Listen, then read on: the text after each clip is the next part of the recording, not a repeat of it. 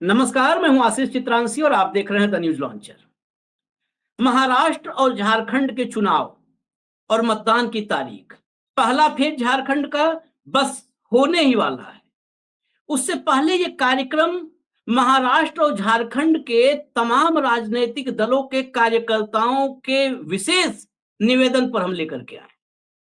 दरअसल आज उस फॉर्म की हम चर्चा करेंगे जो फॉर्म आपको राजीव कुमार से बचा सकता है, जो फॉर्म आपको किसी भी संभावित बेईमानी से बचा सकता है, जो फॉर्म चुनाव के बाद मशीन में कैद हुए आपके वोटों से छेड़खानी रोक सकता है, और वो फॉर्म जिसको राजीव कुमार का आयोग सार्वजनिक नहीं करना चाहता। ये फॉर्म कितना इंपॉर्टेंट है, कितना महत्वपूर्ण है, इस बात से समझिए कि ADR, association for democratic reforms, ये सुप्रीम कोर्ट गया और सुप्रीम कोर्ट में एडीआर ने मांग की कि मतदान के 48 घंटे के भीतर ये फॉर्म सार्वजनिक कर देना चाहिए चुनाव आयोग को, राजीव कुमार के आयोग को ये फॉर्म सार्वजनिक कर देना चाहिए, सारा डेटा सबके सामने आ जाए। लेकिन वहां पर राजीव कुमार के आयोग ने तमाम थोथी दलीलें दे करके इस फॉर्म को सार्वजनिक करने में अपनी असमर्थता बता दी। और भला हो सुप्रीम कोर्ट का, जिसने राजीव कुमार के आयोग की दलीलों को मानते हुए इस फॉर्म को सार्वजनिक करने की मांग को खारिज कर दिया। ये फॉर्म है 17C। ये महाराष्ट्र और झारखंड दोनों जगहों पर, महाराष्ट्र में लगातार भाऊ अशोक वानखेड़े जी वो लगातार क्षेत्र में हैं। तमाम राजनीतिक दलों के कार्यकर्ताओं नेताओं ने कहा कि एक प्रोग्राम इस पर आना चाहिए, जबकि मैं अक्सर करता रहता हूं, हर चुनाव में करता हूं, लेकिन फिर भी राजनीतिक दलों की जो सुसुप्ता अवस्था है, वो सोए हुए हैं, नींद से जगना नहीं चाहते, वो इस फॉर्म 17C को लेकर के नहीं एक्टिव हो पाए। अब निजी तौर पर तमाम नेता चाहते हैं कि वो एक्टिव हो जाए, तो वो समझना चाहते हैं, इसलिए आज फॉर्म 17C हम समझाएंगे। यही वो फॉर्म है जो बेईमानी की आशंका को मिनिमाइज कर देता है, करीब करीब न के बराबर ले आता है, मिनिमाइज कर देता है। फिर खेल करने में बहुत डर होता है। उसका एक उदाहरण बहुत बड़ा सामने है, वो उदाहरण मैं दूंगा, लेकिन उससे पहले फॉर्म 17C पर जागरूकता अभियान हरियाणा में चलाने वाले सुप्रीम कोर्ट के एडवोकेट बलराज सिंह मलिक साहब हमारे साथ हैं। कंट्रोल रूम जोड़ लीजिए। मलिक साहब, स्वागत है आपका, आप जुड़ गए हैं। ये बड़ा महत्वपूर्ण विषय था, इसलिए मैंने आपसे बहुत रिक्वेस्ट करके कि समय एक्स्ट्रा चाहिए, एक कार्यक्रम के बाद एक और कार्यक्रम के लिए मैंने आपसे समय लिया। दरअसल इसका बेजोड़ नमूना पेश किया था स्टालिन ने।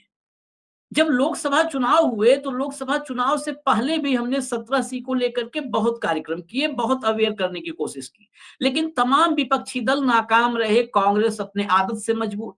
स्टालिन ने काम किया, तमिलनाडु में फॉर्म 17C कलेक्ट करवाया। हम 17C को डिटेल में समझाएंगे अभी। 17C कलेक्ट करवाया, 17C हर बूथ से कलेक्ट करवा करके उसको सार्वजनिक कर दिया। जब वो सार्वजनिक हो गया, सारे आंकड़े सामने आ गए, तो फिर पांव हिल जाते हैं। जब पब्लिक डोमेन में डाटा आ जाता है तो पांव हिल जाते हैं किसी के भी। वहां पर फिर कोई खेल नहीं हो पाया तमिलनाडु में। 6 मेगा शो करने के बाद भी मोदी जी खाता नहीं खोल पाए तमिलनाडु में। इसीलिए 17C बहुत महत्वपूर्ण है। 17C फॉर्म हम आपको आज दिखाएंगे भी, 17C के बारे में बताएंगे भी। इसको स्कैन करके सिर्फ डालने की याचिका थी मेरे सामने, वो पूरा डिटेल खुला हुआ है। ये याचिका जब एडीआर ने डाली थी तो याचिका में कहा था कि 17C को स्कैन करके स्कैन कॉपी को चुनाव आयोग की वेबसाइट पर अपलोड कर दिया जाए, लेकिन चुनाव आयोग ने इस मामले में हलफनामा दाखिल किया। ये 22 मई की बात है। हलफनामे में कहा कि वेबसाइट पर हर मतदान केंद्र के मतदान का आंकड़ा सार्वजनिक करने से चुनावी मशीनरी में भ्रम की स्थिति पैदा हो जाएगी। ये मशीनरी पहले से लोकसभा चुनाव के लिए काम कर रही है, तो ये डाटा कौन सा अमेरिका के चुनाव के लिए जारी करना है, ये भी तो लोकसभा चुनाव के लिए करना था, जो मशीनरी उसमें व्यस्त है। ये स्थिति है। मैं आप पे सवाल जवाब शुरू करूं उससे पहले मैं कंट्रोल रूम को कहूंगा जरा 17C फॉर्म दिखाएं, स्क्रीन पर दिखाएं। ये 17C फॉर्म है और इसकी इंपॉर्टेंस समझिए आप। इस 17C फॉर्म में आप देखिए, इसमें ईवीएम किस सीरियल नंबर की है, ये लिखा हुआ है, एकदम साफ-साफ लिखा है। आप देखिए स्टेट, उसके बाद कंस्टिट्यूएंसी और फिर number and name of polling station, उसके बाद कंट्रोल यूनिट, कंट्रोल यूनिट लिखा है। ये पूरा फॉर्म गौर से देखिएगा, यानी इसमें मशीन का जो सीरियल नंबर होता है वो सीरियल नंबर लिखा है। ये सीरियल नंबर अगर सार्वजनिक रहेगा तो ये मशीन नहीं बदल सकती। इसका इस्तेमाल कैसे होता है मैं आगे बताऊंगा, जब अभी मैं मलिक साहब से चर्चा शुरू करूंगा। उसके बाद दूसरे आप नीचे देखिए, मतदान केंद्र पर मतदाताओं की संख्या क्या है, ये लिखा हुआ है। Total number of electors assign to the polling station, एक नंबर पे। उसके बाद 17A के तहत मतदाताओं के रजिस्टर में वोटर्स की संख्या क्या है, देखिए वो 2 नंबर पे है। Total number of voters as entered in the register for voters form 17A। तीसरा है रूल एएम के तहत उन मतदाताओं की संख्या जिन्हें वोट नहीं देने दिया गया, यानी जिन्हें वोट देने से वंचित किया गया, उनको भी नंबर 3 पर number of voters deciding not to record votes under rule 49O। ये जो है ये भी 3 नंबर पे है। 4 नंबर पे number of voters not allowed to vote under rule 14M, जो मैंने बताया कि रूल 49AM के तहत जिन्हें वोट नहीं देने गया, 2.3 और 4 में है। उसके बाद है मशीन में दर्ज हुए वोटों की संख्या, मशीन में वोटों की दर्ज हुए वोटों की संख्या। आप देखिए test votes recorded under rule 49MA-D required to be deducted total number of test voted to be deducted candidates for whom test voters cast। और ये पूरा आगे पूरा उसमें फिलिंग है, ऊपर ऊपर सारा लिखा है कंट्रोल यूनिट, बैलेटिंग यूनिट और प्रिंटर इफ यूज्ड। तो इसमें आगे वोटिंग मशीन में दर्ज हुए वोटों की संख्या, उसके बाद इसके साथ अगर वहां पर पर्ची है तो उसकी संख्या, पेपर्स की संख्या। उसके बाद है 6, यहीं पर महत्वपूर्ण है, 6 पोलिंग एजेंट्स के साइन होंगे, हस्ताक्षर होंगे, और फिर चुनाव अधिकारी के हस्ताक्षर होंगे। अब सबसे महत्वपूर्ण ये है कि अगर ये फॉर्म, अब इस फॉर्म को हटा दीजिए, कंट्रोल रूम हटा दीजिए, इसको स्क्रीन से हटा दीजिए। अब चर्चा हम शुरू करते हैं, समझते हैं। जो मैं समझ पाता हूं, अगर ये फॉर्म बूथ पर जो मतदान अधिकारी होता है, प्रिजाइडिंग अफसर होता है, वो इस पर 6 पोलिंग एजेंट्स के साइन करवाता है, और हर पोलिंग एजेंट का ये हक है, ये कोई एहसान और खैरात नहीं है, ये हक है कि पोलिंग के बाद, साइन करने के बाद वो एक एक कॉपी ले ले प्रिजाइडिंग अफसर से। अगर ये काम ले लिया, ये ले लिया 17C, तो आप बताइए इसको अगर पार्टियां, विपक्षी पार्टियां, या मैं कह रहा हूं भाजपा ही, इसको सार्वजनिक अगर कर देती है, तो फिर कैसे कोई खेल करने के बारे में सोचेगा। मशीनों में बहुत सारा उसके बाद थोड़ा बहुत है, लेकिन आपको कहीं तो बैरियर लगाना होगा। ये पहला बैरियर है जहां से बेईमानी की आशंका को अवरुद्ध किया जा सकता है, रोका जा सकता है। मलिक साहब, आपने इस पर बड़ा अवेयरनेस करवाया, आखिर कहां पे कमी छूट जाती है और क्या क्या करना चाहिए। मैंने सुना है कुछ जगहों पर पोलिंग एजेंट्स की जागरूकता की कमी की वजह से प्रिजाइडिंग अफसर सुबह सुबह इस पे साइन करवा लेते हैं, सुबह ही साइन करवा के रख लेते हैं, शाम में उस पे क्या डाटा फिल करते हैं पोलिंग एजेंट को नहीं पता होता। क्या क्या प्रॉब्लम्स है, कहां पर गड़बड़ हो रही है? देखिए, ये तो अपराध है, ब्लैंक पेपर पे साइन कराना। इसमें प्रिजाइडिंग ऑफिसर के ऊपर मुकदमा चल सकता है, इस तरह का फ्रॉड करने से, इस तरह की चीटिंग करने से। हाँ। और एज ए गवर्नमेंट एम्प्लॉय वो इस तरह के गैर कानूनी काम करता है तो और भी डिसिप्लिनरी एक्शन उसके खिलाफ हो सकता है, डिपार्टमेंटल एक्शन भी उसके खिलाफ हो सकता है। किसी भी प्रिजाइडिंग ऑफिसर को कोई अथॉरिटी ही नहीं है कि वो ब्लैंक पेपर पे साइन कराए, इसलिए देश के किसी भी पोलिंग एजेंट को, पॉलिटिकल पार्टी के वर्करों को, देश के मतदाताओं को, देश के मालिकों को ये पता होना चाहिए कि ये ड्यूटी है प्रिजाइडिंग ऑफिसर की। प्रिजाइडिंग ऑफिसर कस्टोडियन है उस दिन देश के लोकतंत्र का, ट्रांसपेरेंसी का, अकाउंटेबिलिटी का।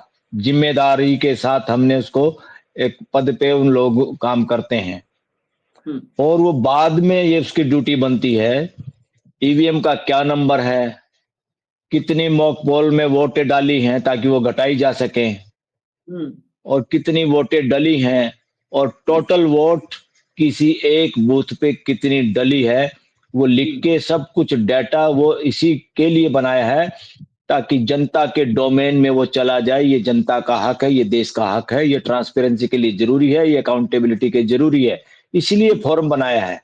और उस फोरम पे बाद में दस्तखत करना, और उसकी ड्यूटी है सबको एक एक कॉपी मुहैया कराना।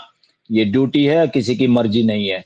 और उसको कॉपी को लेकर तुरंत उसको रिकॉर्ड भी रखना चाहिए पोलिंग एजेंट को, और साथ में उसको व्हाट्सएप करके अपनी पॉलिटिकल पार्टियों को भी, देश के हर नागरिक अपने उस लोगों के तक पहुंचाने चाहिए। एक ही दिन में वो वायरल हो जानी चाहिए, पूरे डाटा ऑनलाइन इकट्ठा हो जाना चाहिए पूरे किसी भी हल्के का। सभी पोलिंग एजेंट की सबसे पहली ड्यूटी ये है, और सारी पॉलिटिकल पार्टियों को अपने पोलिंग एजेंट को इस तरह की बातें समझाना और जरूरी है, और उनकी जिम्मेदारी है ये, और ये जिम्मेदारी को वो पालन कर पाए जिम्मेदार नागरिक होने के नाते बहुत जरूरी है। दूसरा फॉर्म 17(1) में क्या है, वो उसमें रिकॉर्ड रखता है कितनी महिला, कितने आदमी, किसने वोट डाला, किसने नहीं डाला, वो वोटर्स के बारे में एक वो रखता है। और ये दोनों चीजें तुरंत इलेक्शन होने के बाद प्रेजाइडिंग अफसर की ड्यूटी है कि वो रिटर्निंग ऑफिसर को मुहैया कराइए, और वहां पर जाते ही तुरंत उनकी ड्यूटी है कि उसको बिल्कुल तुरंत, एक तरह से मैं इसको शब्द क्या कहूंगा कि ऑन टाइम या तुरंत, मतलब जो ही उनको क्लिक किया वो जनता को पता होना चाहिए, इसीलिए वो डलवाया जाता है। वो ये जिम्मेदारी है, और ये छुपाने की कोई जरूरत नहीं, इसमें जो छुपाता वो अपराधी है।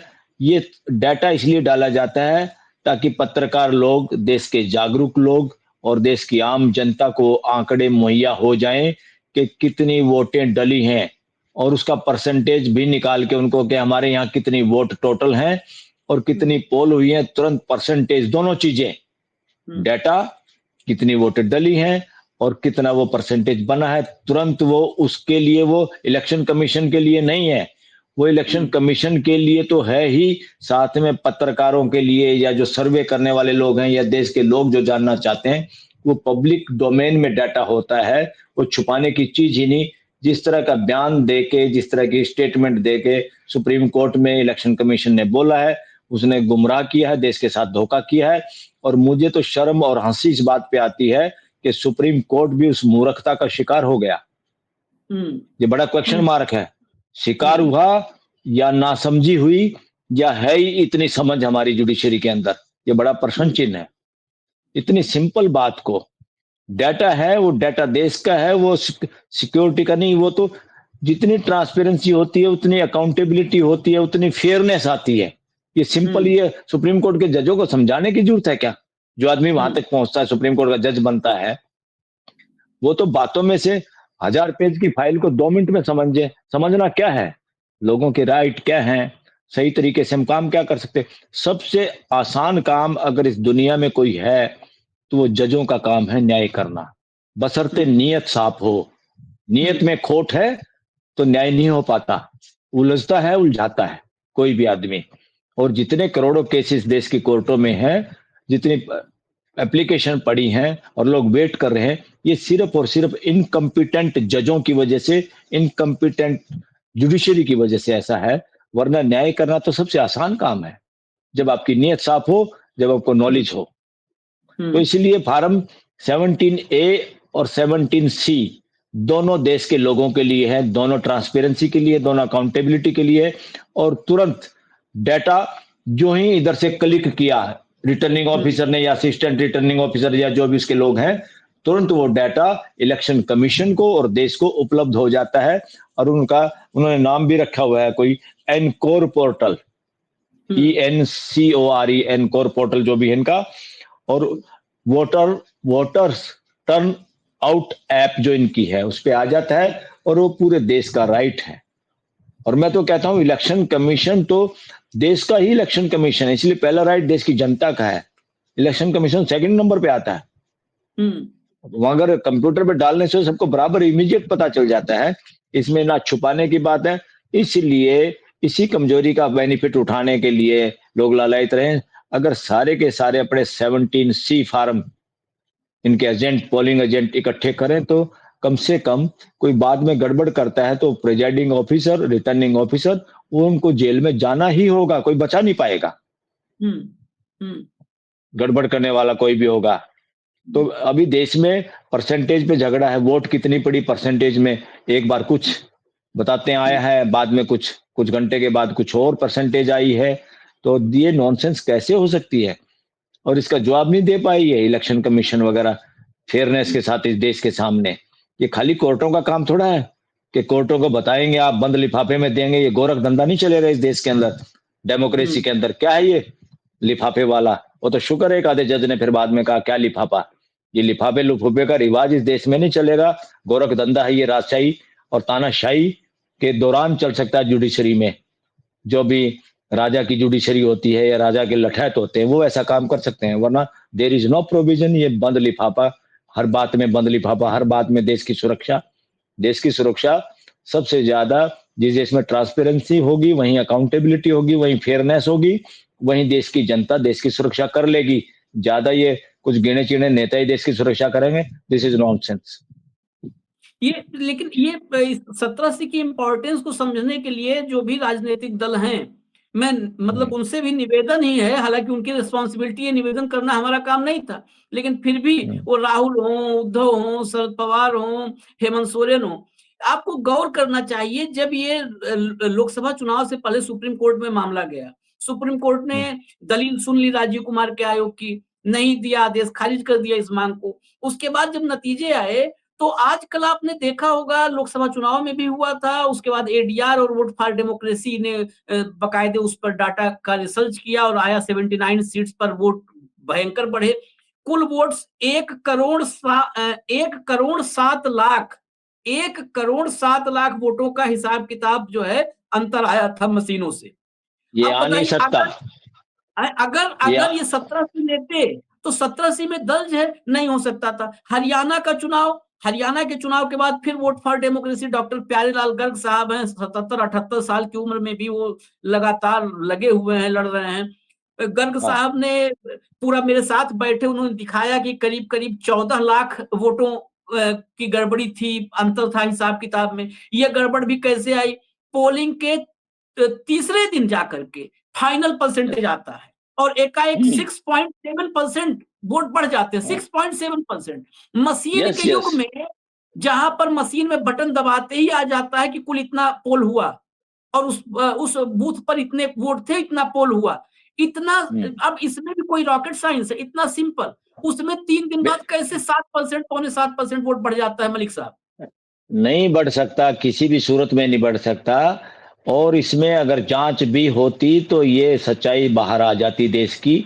और इस तरह की जांच में जब एग्जीक्यूटिव काम नहीं करती, जब कॉन्स्टिट्यूशनल कोई हमारी संस्थाएं खराब हो जाती हैं, उन्हें दिमक लग जाता है, उनकी बैकबोन टूट जाती है, तो ऐसे में ही तो ड्यूटी है जुडिशरी की। और जुडिशरी का करना क्या इस देश को? अगर समय पे जुडिशरी काम ना आए, अगर आपके प्रहरी काम पे नहीं आए, बॉर्डर पे फौज काम नहीं आए, तो क्या करना है इनका? ये मैं ये कहूंगा कि जिस तरह से इलीगल इन्फिल्ट्रेशन की बात होती है इस देश में, बाहर के लोग घुस गए, बॉर्डर से घुस गए, वो नागरिक नहीं है, क्या किया जाए क्या नहीं किया जाए।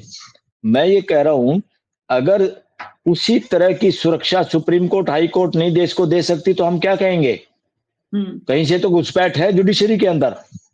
और घुसपैठ किस तरीके से है? वो घुसपैठ जजों के रूप में हो सकती है, गलत लोग, इनकम्पिटेंट लोग जज हो सकते हैं। वो घुसपैठ या कोई प्रेशर सरकार की तरफ से हो सकता है किसी बहाने से कि आप अपना काम मत करिए, या हम जो चाहते हैं उसी तरह करिए, या इसी तरह लिपापोती करके रीजनिंग लॉजिक दे के देश को गुमराह करके रखिए आप। तो ये बहुत ज्यादा नुकसान देश का हो रहा है जुडिशरी की वजह से। हमारे देश में जो ट्रांसपेरेंसी, रूल ऑफ लॉ और जो ये रिस्पॉन्सिबिलिटी, अकाउंटेबिलिटी, जितनी संस्थाओं का डेक्लिनेशन हो रहा है, गिरावट आ रही है, वो और कुछ नहीं। वो नेता लोग वोट के लिए इस तरह के षड्यंत्र करते रहेंगे, मगर हमने एक मजबूत स्तंभ जो बनाया है सुप्रीम कोर्ट, हाई कोर्ट्स के रूप में, कॉन्स्टिट्यूशनल कोर्ट, ये उनकी ड्यूटी बनती है। वो हमारी असली जज प्लस सुरक्षा इस देश की कोर्टें हैं, जुडिशरी है, ये जज हैं। अब ये कैसे अपने कौन सी तो पर बंदूकों की इनकी गोलियां खत्म हो गई हैं कि देश को इस मुहाने पे खड़ा होना पड़ रहा है कि इलेक्शन कमीशन सुन नहीं रहा और इलेक्शनों में वोटिंग कुछ और होती है, परसेंटेज कुछ और बताई जाती है और फिर लोग चिल्लाते हैं तो कोई जवाब नहीं मिलता, कुछ जांच नहीं होती। एसआईटी की कोई जांच करने की बात करते हैं तो एक बार फाइल वो कर देते हैं, सुप्रीम कोर्ट फाइनल कोर्ट है, वहां भी लोगों की सुनवाई नहीं होगी तो फिर लोग क्या करें? फिर आप लोगों को कैसे कह सकते हो कि लॉ एंड ऑर्डर आप अपने हाथ में ले रहे हैं? फिर देश दोषी नहीं है, ये संस्थाएं दोषी हैं, संस्थाओं में काम करने वाले दोषी हैं। राजीव कुमार साहब, इतने इतने एग्जाम्पल हैं। राजीव कुमार साहब ने अभी जब कांग्रेस ने आरोप लगाया हरियाणा चुनाव में धांधली का, तो उन्होंने प्रेस कॉन्फ्रेंस की और लगा कि बीजेपी का कोई प्रवक्ता है, वो कांग्रेस को जिस भाषा में उन्होंने जवाब दिया, लग रहा था कि अरे चुनाव हारने के बाद ऐसा करते हो, ये तो किसी पॉलिटिकल पार्टी के स्पोक्स पर्सन वाली भाषा थी। ये उसके बावजूद मैं यहीं पर अपेक्स कोर्ट की बात आती है, जब ऐसा एक संवैधानिक निकाय की स्थिति ऐसी है कि वो पार्टी विशेष के स्पोक्स पर्सन जैसे बात करती है, संदेह की हालत ये है कि अभी महाराष्ट्र में तमाम ग्राउंड पर मैंने बताया कि अशोक वानखेड़े जी हैं, वो अभी हम लोग चर्चा कर रहे थे कि क्या है कंडीशन, कहे कि यहाँ पर तो चाय वाला भी कह रहा है, पान वाला भी कह रहा है कि उद्धव सरकार तो उद्धव की आएगी, लेकिन वो मशीन है, मशीन कहीं कुछ पलट न दे, मशीन न पलट दे, मशीन फिर न बदल दे। ऐसे दौर में जब देश में इतनी डेमोक्रेसी को समझने के लिए एक सवाल बड़ा महत्वपूर्ण है आखिरी, कि जिस दौर में देश में पान वाला चाय वाला तक संदेह कर रहा है मशीन पर, उस दौर में मुखिया खारिज कर दे रहा है, तो फिर बचा कहां? एक अदालत ही तो बची सर। बिल्कुल, अदालत ही बचती है और अदालत का भी के सामने अप्रोच करके और उसके तक दस्तक देके कम से कम बता देना चाहिए कि हमने तो अदालत को अप्रोच किया है, कि अदालत ने भी देश का साथ नहीं दिया। कम से कम ये स्थिति क्लियर हो जानी चाहिए देश में, कोई भ्रम नहीं होना चाहिए, ये भ्रम नहीं होना चाहिए।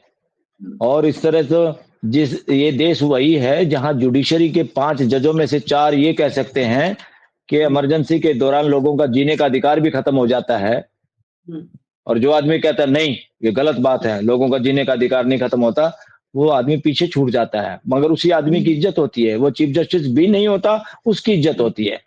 और आज उसका भतीजा चीफ जस्टिस है, उसकी इज्जत नहीं, उससे कोई उम्मीद नहीं कर रहा देश में। ये स्थिति है देश की।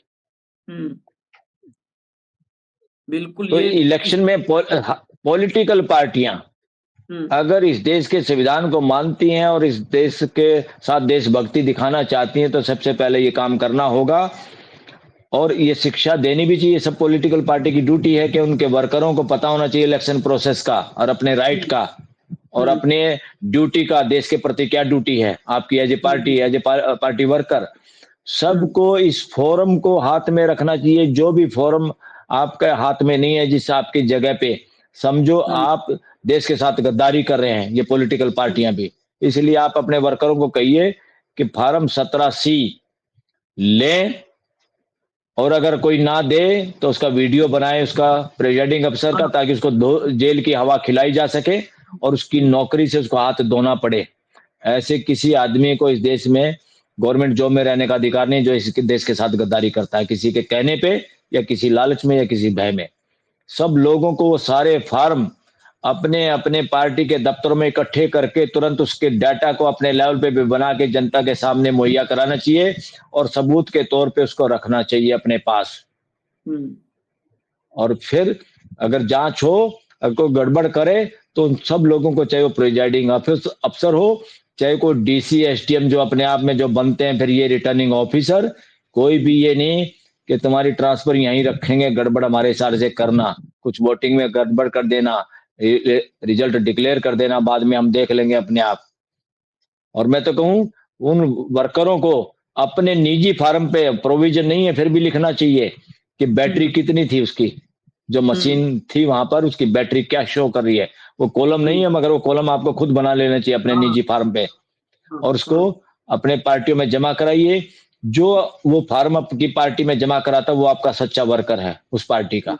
जो नहीं कराता उसको फ्यूचर में उस अपनी पार्टी के आसपास भी मत भटकने दीजिए, चाहे कोई भी है। तो ये है कहानी और ये जिम्मेदारी है, और ये पहली जिम्मेदारी है आपका जनप्रतिनिधि होने की। जिम्मेदारी और गारंटी यही है, ये फॉर्म आप देश की जनता को दिखाइए, देखो हमने आप सारे फॉर्म इकट्ठे करे हैं। वो बाद की बात है, आप जीतते हैं, कौन हारता कौन जीता दैट इज सेकेंडरी। देश की जनता के प्रति आप सबकी ड्यूटी है, आप सारी पार्टियों की, सारे पार्टी के वर्करों की, हर बूथ का सॉलिड सबूत जनता के सामने दिखाइए और अपनी पार्टी के ऑफिस में रिकॉर्ड के तरह रखिए। चलिए, ये बहुत महत्वपूर्ण था, इस पर इसीलिए कार्यक्रम बहुत जरूरी था। 13 तारीख हो या 20 तारीख हो, जग जाइए। और कम से कम हरियाणा के पहले भी हमने बहुत कार्यक्रम किए, लेकिन हरियाणा में किसी ने नहीं। आज की तारीख में चुनाव के बाद दर्जनों प्रत्याशियों के फोन आए, हमने पूछा कि करवाया था 17C आपके एजेंट्स ने? कहा नहीं, वो तो नहीं करवा पाए। तो सुनिए कम से कम चित्रांशी जी, एक और जो कैंडिडेट इनके खड़े हैं एमएलए के इलेक्शन में, जिनको टिकटें मिलेंगी, अगर ये सारे फार्म इकट्ठे नहीं करा पाते तो फ्यूचर में ऐसे कैंडिडेट को टिकट में पार्टियों ने नहीं देनी चाहिए। इस तरह के निकम्मे कैंडिडेट्स को, जो अपने हर बूथ से ये फार्म इकट्ठा नहीं कर पाते या कर पाए, तो ये चेतावनी पार्टी को देनी चाहिए अपने सारे कैंडिडेट्स को कि बिल्कुल हमें हर बूथ का ये वो चाहिए, पार्टी में जमा कराइए, ये आपकी जिम्मेदारी है, वरना रेड इंक से आपकी एंट्री कर देंगे पार्टी में, और जरूरत पड़ी तो पार्टी से बर्खास्त भी कर देंगे आपको। ये होना बहुत चाहिए वैलिड डिसिप्लिन। बिल्कुल, ये बहुत वैलिड पॉइंट था। और इस कार्यक्रम में बस इतना ही, लेकिन हम 20 तारीख तक कोशिश करेंगे। अभी झारखंड का सेकंड फेज होगा और महाराष्ट्र पूरा का पूरा, फिर हम एक बार आए, क्योंकि सेम प्रोग्राम हम 2 बार 3 बार नहीं लगा सकते यूट्यूब पर। फिर हम आए, फिर हम वक्त लेंगे, लेकिन कम से कम आप लोग इस जहां पर तमाम आशंकाओं के बादल हैं, उसके बीच अगर निष्पक्षता और पारदर्शिता के लिए ये मान लिया एक यज्ञ है, तो उसमें आप भी आहुति कीजिए। आप भी का मतलब राहुल गांधी, उद्धव ठाकरे, शरद पवार साहब, हेमंत सोरेन जी, सब जो भी विपक्ष के लोग हैं, ये सिर्फ चुनाव बीत जाने के बजाय, जैसे कहा ना, सांप निकल गया और लाठी लकीर पीटते रहे, तो लकीर मत पीटिए। सामने जब रोक सकते हैं तो वहीं पर अवरुद्ध करिए ऐसे रास्तों को, जिन रास्तों पर आपको आशंका है। इजाजत दीजिए। धन्यवाद मलिक साहब, धन्यवाद। आप हमेशा अवेयरनेस के मामले पर जहां भी होता है आप वक्त निकालते हैं। न्यूज लॉन्चर आप लोग देखते रहिए। इजाजत दीजिए। नमस्कार।